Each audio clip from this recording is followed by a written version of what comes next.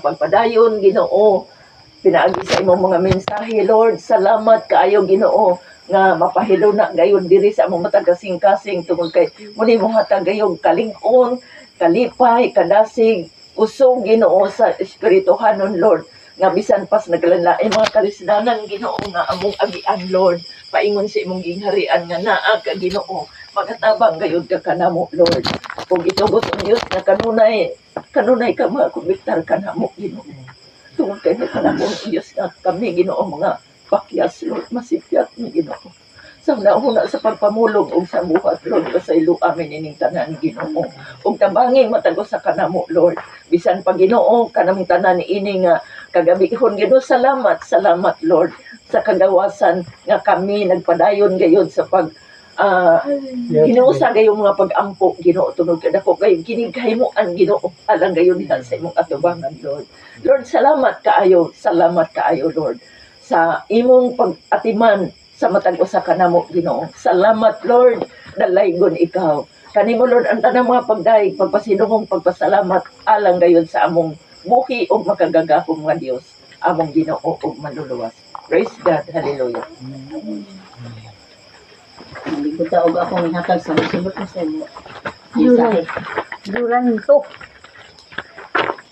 Pastor. Zolanto. Si Zulanto. Yolando Munek. Yolando siguro. Nangihag ko. Yolando. Ako malipasa di ako. Praise God. Doon ay usa ka pag-ampo nga akong nahinumduman. Kailiging maminaw po taong sige paminaw ni panahon naron. Nya. Maangay po ko anan.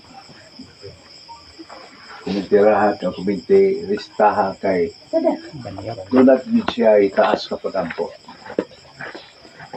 Niya pa nga ngano kuno nga misanay ang mga dautan.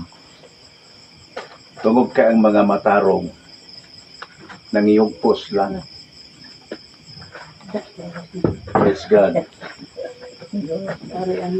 Bako na hinundan na ang misanay ang mga dautan tungod kay ang mga matarong nangiyugpos way gibuhat. Doon na po'y pag-ampo niya nga ningon. Pasayloan kami pasayloan kami sa buhat gawa na mo mabuhat nga ngayon ta na mong buhaton ngadto sa uban. Pasayloan